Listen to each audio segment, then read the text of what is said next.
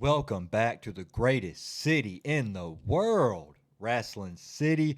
As always, I am your mayor of the greatest city in the world, Wrestling City, Taylor, and today we'll be checking out a video from WrestleLamia once again. He this time it is WWE SmackDown is dying a slow death. Now, just by that title, I do disagree. Now, I get that the SmackDown product for the last month or two, I mean, pretty much ever since it moved to 3 hours, has been awful. I mean, I just really haven't enjoyed it as much as I have when it was 2 hours. So hopefully, I'm sure he'll mention this in this video, but yeah, I mean, the SmackDown product just isn't that great. And I mentioned this in our Raw review this week that it just blows my mind how much better the product is for Raw compared to SmackDown. I mean, it's like it's run by two different companies. It's just insane how much better the product is. And for SmackDown, I start to watch it, and by the time the first hour is over with, I'm just bored. So usually I don't even finish watching the show. I'll just go and watch something else or play a video game or something like that. But with all that being said, let's hear what he has to say about SmackDown dying a slow death. So here we go.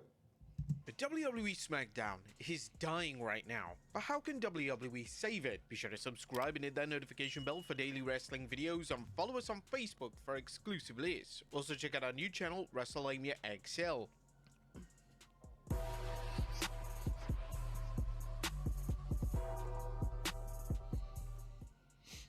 Number 10. Listening to the audience. Now, as things stand, the February 21st, 2025 edition of SmackDown has a 2.85 rating on Cage Match. But for a show and a company that is supposedly on fire, this is truly a horrific rating, and it shows that fans have had enough of a lackluster product. And that's with The Rock on the show as well. I mean, outside of that, I mean, this segment was it was okay, but I mean, outside of that, I mean, with this segment, the show still wasn't very good.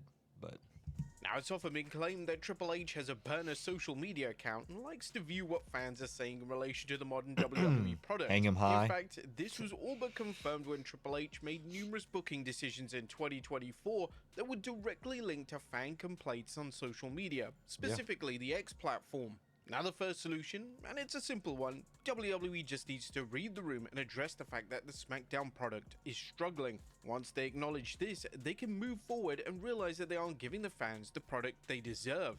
Number 9, ditch the 3-hour format. Yes. But Triple H and WWE have hit a sweet please. spot when it comes to the runtime of Raw on Netflix. The show usually runs for 2.5 hours, and this allows matches to get enough time and it allows stories to breathe.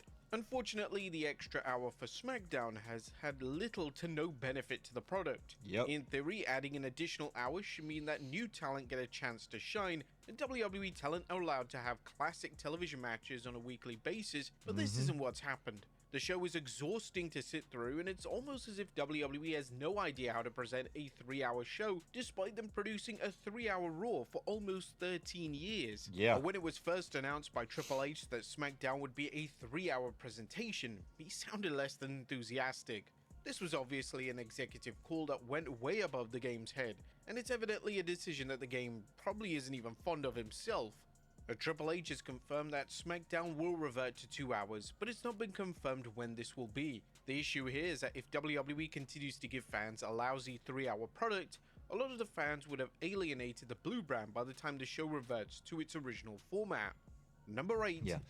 Yeah, I mean, when they announced that it was going to be a 3-hour show, I was kind of excited for it, but at the same time, a 3-hour show in general is just it's tough to sit through. I mean, it was tough to sit through for Raw, and then like he said, I was hoping that when they did this, more people would get some more time on these shows, but that just hasn't been the case. So I think the sooner this show gets back to 2 hours, the better, because a 3-hour show just isn't doing it, and I would much rather sit down for a 2-hour show or like Raw, 2.5 hours. I think 2.5 hours is the sweet spot just to get everything you want into a show. So that's all I gotta say. Introduce new talent. And when it was first Yeah. announced that SmackDown would be a 3-hour product moving forward, it was reported that the additional talent from both Raw and NXT would be added to the show. And Hmm. whilst this has happened, well, somewhat with the additions of Drew McIntyre and R-Truth, the roster is still insanely thin, and the show is soon going to run out of new, exciting matches to book. Yep. WWE should have seen this coming in advance, as a 3-hour show with a thin roster was always going to be extremely hard to book, and there were even calls for WWE to have a draft of sorts instead of the lazy introduction of a relaxed brand split. There are so many talents that aren't being used across all three main brands, and this is the perfect opportunity to give them a chance. Names such as Karrion Kross, the Wyatt Six, and even Otis barely do anything on television, and WWE have nothing to lose by giving them the spotlight. Number 7, reignite the mid. Yeah, well, I think with the Uncle Howdy situation, I think one of them is hurt, so I think that's why they haven't been on TV as much. And I mean, for Karen Cross, I don't know if moving him to SmackDown would be a good option right now because I think he's about to go into a storyline or a feud with Sami Zayn here soon. So I mean, yeah, he's not getting a lot of TV time, but he's still doing his thing on Raw for Karen Cross is. So but yeah, like I said earlier, I was hoping that we'd get to see some new faces on SmackDown since they have more time, but we just haven't seen that. It's the same guys that we've seen on Raw with R-Truth and Damian Priest and Drew McIntyre. I thought that Drew McIntyre moving to SmackDown would help with that brand, but it hasn't, sadly. Card. Now, there were a lot of questions Yes. directed towards WWE Creative when they decided to give Shinsuke Nakamura the US title. Awful Nakamura's decision. work has regressed quite dramatically in recent years, and it made a lack of sense to abandon the LA Knight push in favor of Nakamura. As fans have Stupid expected, decision the to give reign him the has been a title. total bust. Yes, Nakamura it has been has. US champion for over 80 days, and he's defended it one time, and that match ended in a DQ. Nakamura spends most of his time lingering around backstage, and it'd be interesting to know why WWE made the call to crown him in the first place. His So reign has been stupid. completely lifeless, and fans are Mhm. labeling it as one of the worst mid-card title reigns of all time. And unfortunately, this isn't hyperbole. Mm, The SmackDown mid-card has so it's many names bad, that can wrestle, but and are more importantly insanely over with the audience. The aforementioned LA Knight, Jimmy Uso, Carmelo Hayes, and Jacob Fatu could all create a thriving mid-card scene that could truly make yes. SmackDown a show that respects its mid-card title. Number 6.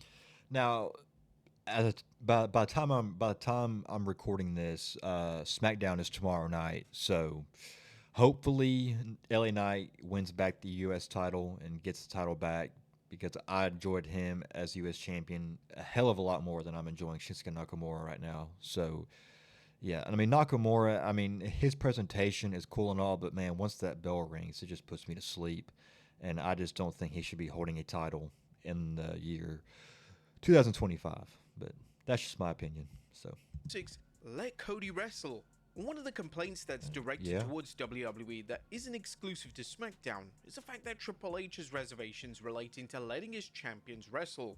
The world champions on both brands wrestling in any capacity is rare, and this is an odd way to book them. Whilst it's appreciated that the matches should feel like a big deal, it was common in virtually every era of the past 3 decades that the world champion would actually wrestle on TV on a regular basis. Well, that isn't if you're Roman Reigns, right?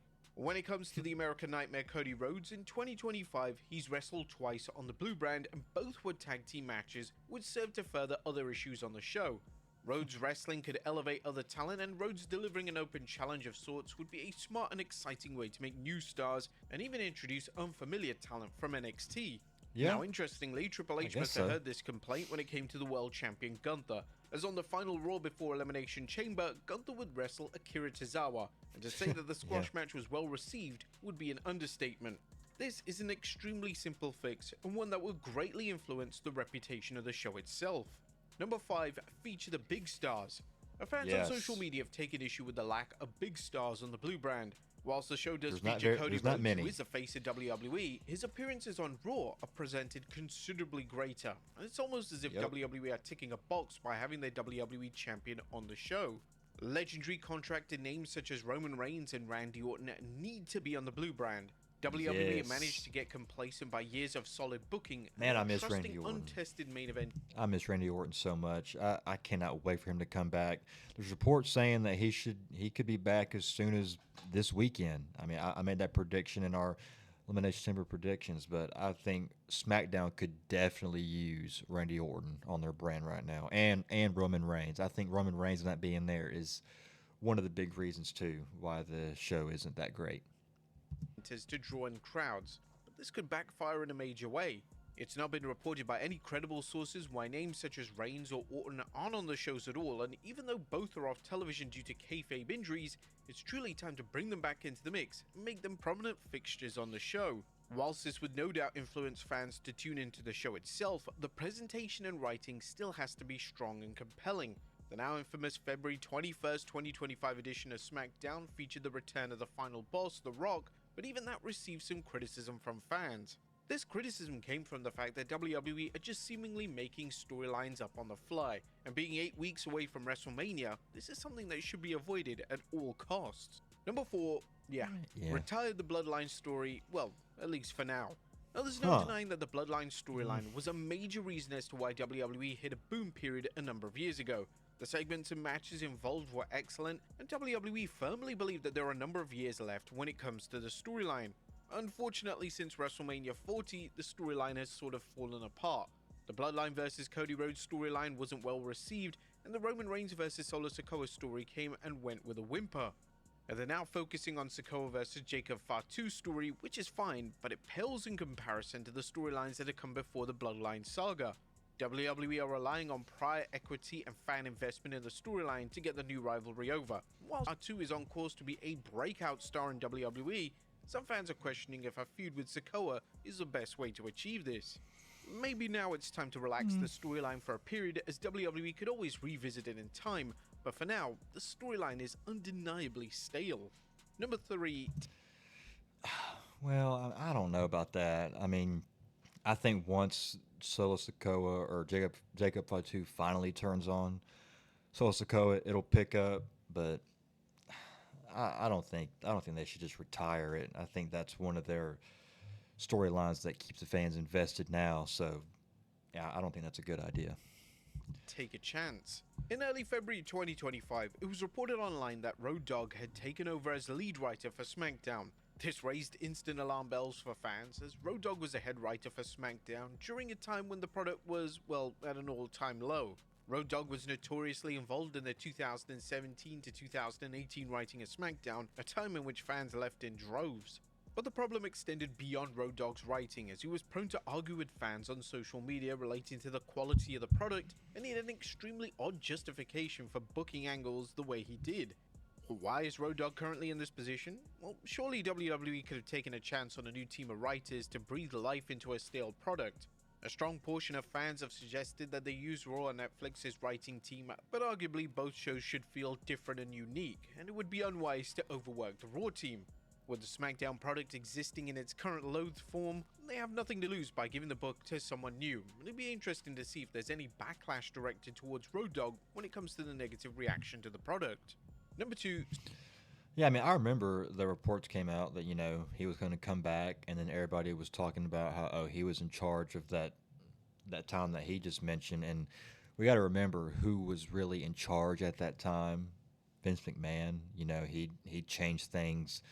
Somebody would bring something to him. Oh, I'm gonna change that, and so on and so on. So now this was Road Dogg. Last Friday was his first show where he was like the lead writer of SmackDown. So you know, I'm gonna give him some time and see what he can do over the next few weeks, months, and all that. But yeah, if it continues like this, then I do think it's time to hand the book over to somebody else. Spotlight the women's division. Now, it goes without saying that SmackDown has a They stacked really need to women's do roster. this. This Yeah. is something that WWE should utilize when it comes to the 3-hour product. SmackDown has shined over the past 12 months by having incredible TV main events with the women, as names such as Nia Jax, Naomi, and Mishin have all mastered how to deliver strong TV matches. WWE going all in on the women's division on the Blue brand would be a smart move, and it also make the show feel unique compared to Raw. NXT has had recent success by making their women's division the primary focus on the show, and there's no reason Yeah. why SmackDown can't do the same. The top storyline in the division heading into WrestleMania is Tiffany Stratton versus Charlotte Flair, and it should be encouraged to see both women wrestle featured matches on the road to their collision course. Yeah. WWE also has the women's US title on the show, and this gives the women something to fight for outside of the main title. The And US they title really acts as a haven't. great tool to get women on the show, Same and for the WWE women's should without Intercontinental a doubt title. regularly feature secondary storylines that allow women outside of the upper echelon of the division to be showcased.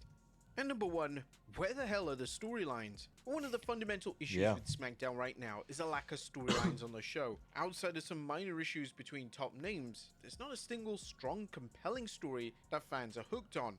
Once again, WWE is relying on the show being a hot ticketed event to draw people in, but this simply isn't enough. The lack of storylines would be bad if it was for any other time of the year, but this is WrestleMania season, where storylines should be intense and raw, no pun intended. The WWE had so many great storytellers on the show, yet they're not doing anything with them to tell a meaningful storyline, and this is just baffling. They had a great opportunity coming out of the Royal Rumble to tell a compelling storyline with Drew McIntyre. It was reported that McIntyre was seething when his Rumble elimination went wrong, and with the WWE blurring the lines of kayfabe more than ever, it would have been welcome to see WWE explore this side of McIntyre. Instead, it was wasted with a throwaway line that half the audience didn't even understand. McIntyre is one of the most consistent storytellers in the company, and this should have made for a fascinating angle heading into the biggest show of the year. Now, hopefully, WWE hears the complaints when it comes to the lack of storytelling on the show, and they put some effort into this department with immediate effect. What do you guys think of the blue brand right now? Does it need saving? Let us know. Yeah, I mean, yeah, I thought, Drew McIntyre coming to SmackDown, I thought they were going to continue that his bloodline hit list where he was going to go after Jimmy Uso and then Solo Sikoa maybe, and then culminate with a match against Roman Reigns at WrestleMania this year. But that just isn't happening anymore. And now I don't know what the hell Drew McIntyre is going to do at WrestleMania. There's reports that he's going to face Damian Priest. I would like to see that. I think that'd be a great match. And there's also reports he'll go on and face LA Knight. I think that'll be a good match as well. I think the promos leading up to that match would be great. But yeah, I mean, SmackDown, I just think it needs to go back to 2 hours. I think that's my only issue with SmackDown now is that it needs to go back to 2 hours. I just think 3 hours is too long. So yeah, let me know in the comments down below what you guys think of SmackDown. Do you guys think it's dying a slow death? I don't. I personally don't. I just think that 3 hours is just too long. But if you haven't yet, hit that like button, hit that subscribe button, and turn on that bell for notifications so you will always get uploaded when we release a video. We've been on a hot streak here recently, and it's just going to continue. So if you guys enjoyed this, yeah, like the video, and we'll see you guys next time in the greatest city in the world, Wrestling City. Peace.